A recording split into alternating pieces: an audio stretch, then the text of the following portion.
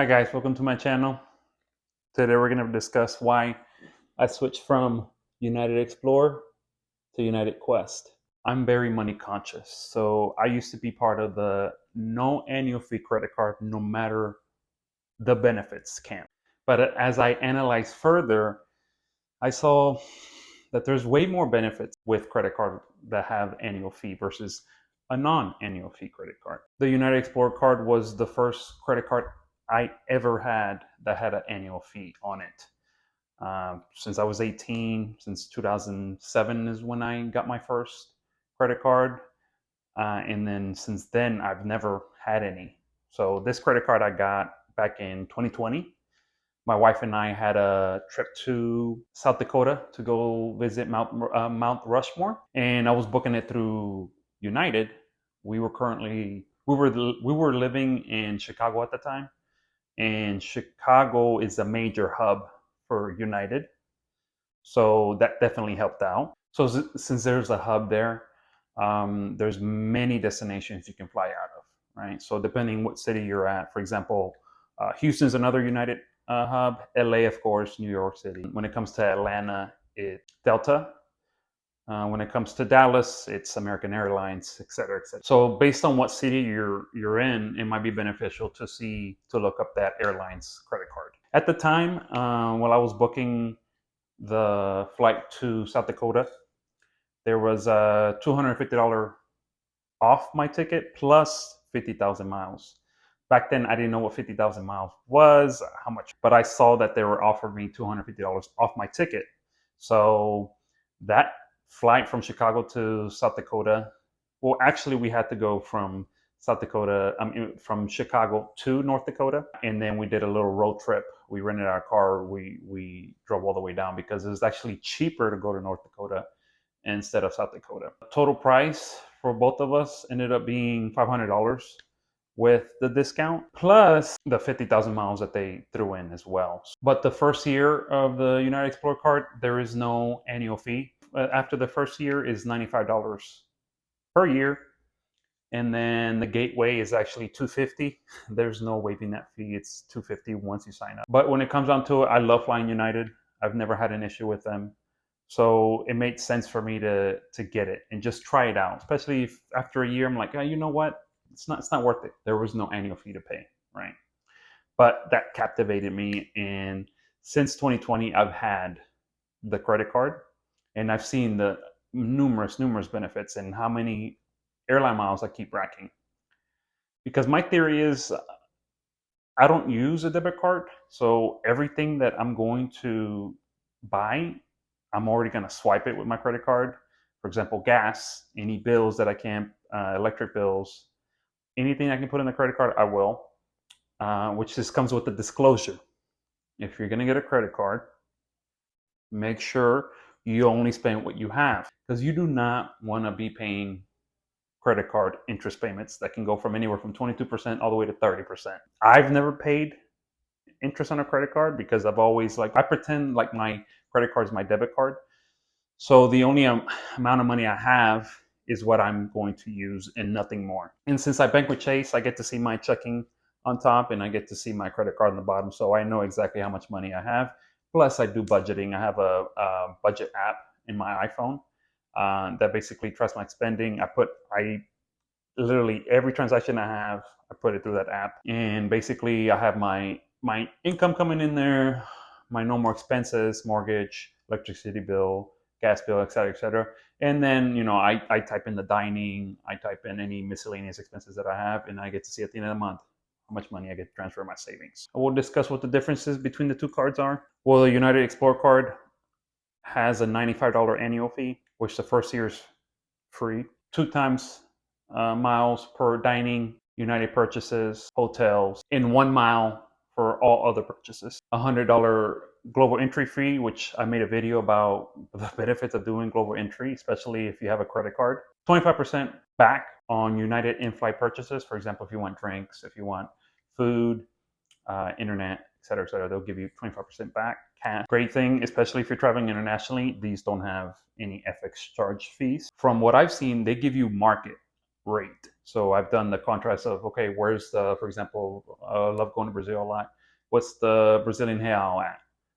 And then I calculate it from where bill was in BRL, and then I see what my credit card statement is, and it's dead on market rate. Big benefit, you get one free check bag for you and a companion.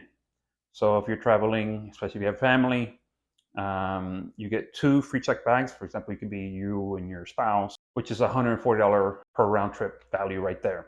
Two United Club one-time passes for you and a friend or spouse. Now, the United Quest is a $250 annual fee, 2.5 times more than the United Explorer, but it packs on way more benefit. And it's already been a month that I already had this account, and I'm already racking in a lot of miles, way more miles than I have with the Explorer card. You can actually pay your annual fee with miles, and I did. Once I opened the card, the $250 annual fee came through. I just said, I'm not gonna pay cash, I'll use my miles, and ended up being 15,625, which came in at 0.016 cents per mile. So that's the value. I Googled it, and Google said the average is 0.12, but whenever I paid the 250, that came out to be 15,625, which came out to be a value of 0.016 cent per mile. So the benefits,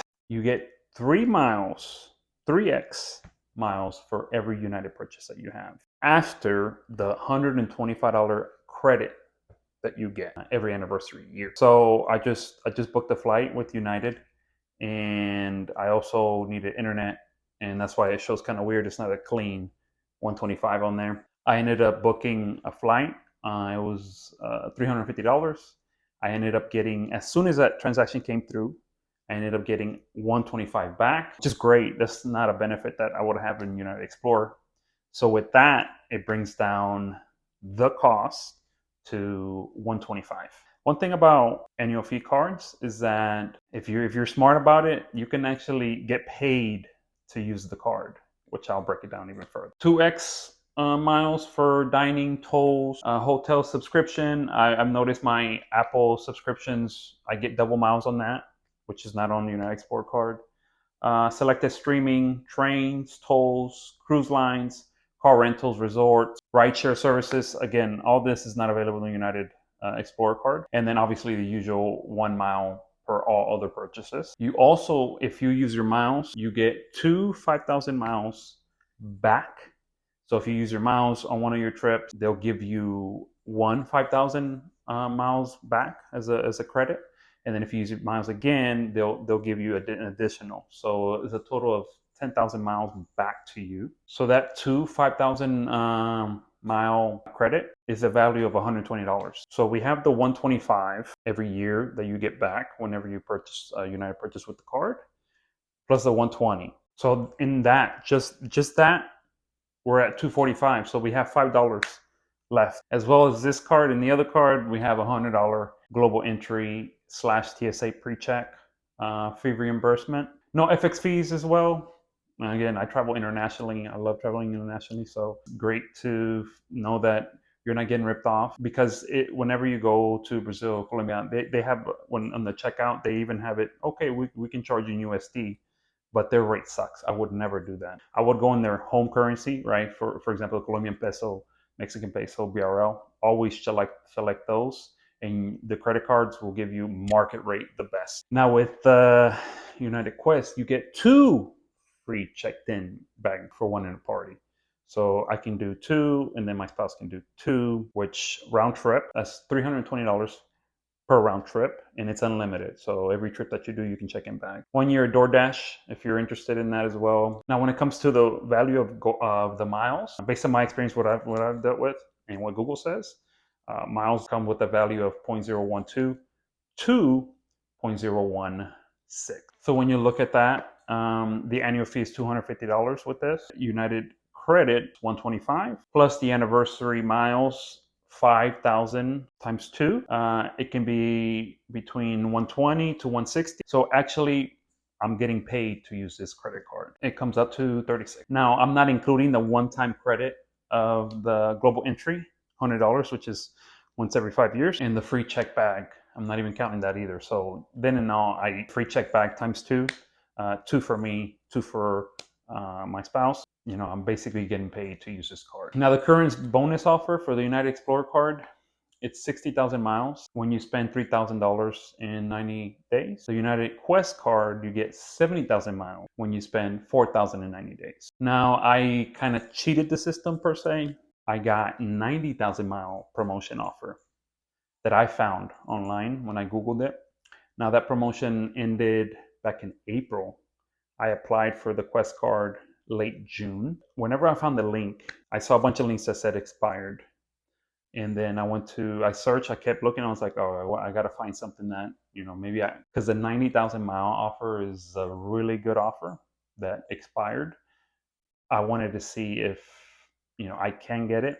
I found a link. I clicked on it. It was the normal chase. Just type in your information.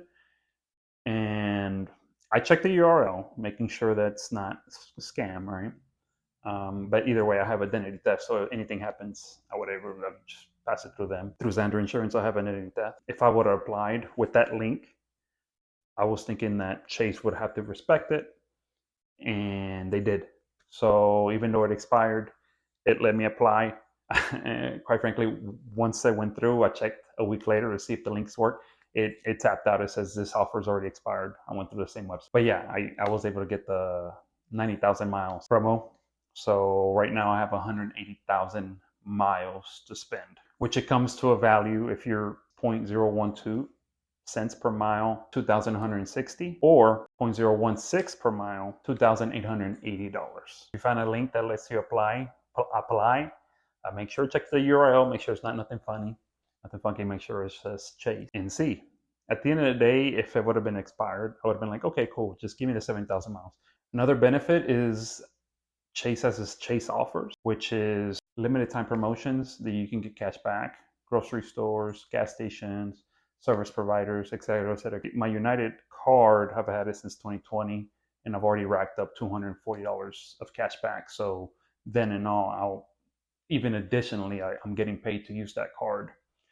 Just recently, I used the AT&T promotion, which is if you spend $50 twice towards your AT&T internet bill, you would get $50 cash back. My usual internet bill is $80 per month. What I did, I went online and I'm like, well, I'm just gonna prepay $50. So I made two transactions. One was $50.10. The other one was $50.05. I just wanted to make sure I was gonna get it. I didn't want to just do $50 flat. And a couple days passed, I'll say about 3 or 4 days. Once I did that, Chase notified me, hey, congratulations, you just did your promotion offer and you should get your $50 refund in a couple of days. With that in mind, a yearly fee credit card makes sense if you're actually going to use the benefits towards it, right? Like I told you earlier, I love flying United, and especially in Houston, it's a major hub, especially for Brazil. Whenever I go to Sao Paulo, United. So you got to weigh the pros and cons. Paying the annual fee worth it? Or are you just going to do the free? So weigh the pros and cons. You may not like United. You may, depending if you're in a different hub, for example, if you're in Dallas, you might want to look at American Airlines credit cards or Southwest credit cards and just see what the benefits are, depending on your location. But I fly with United as much as I can, and I will definitely use those miles up. Thanks for your time.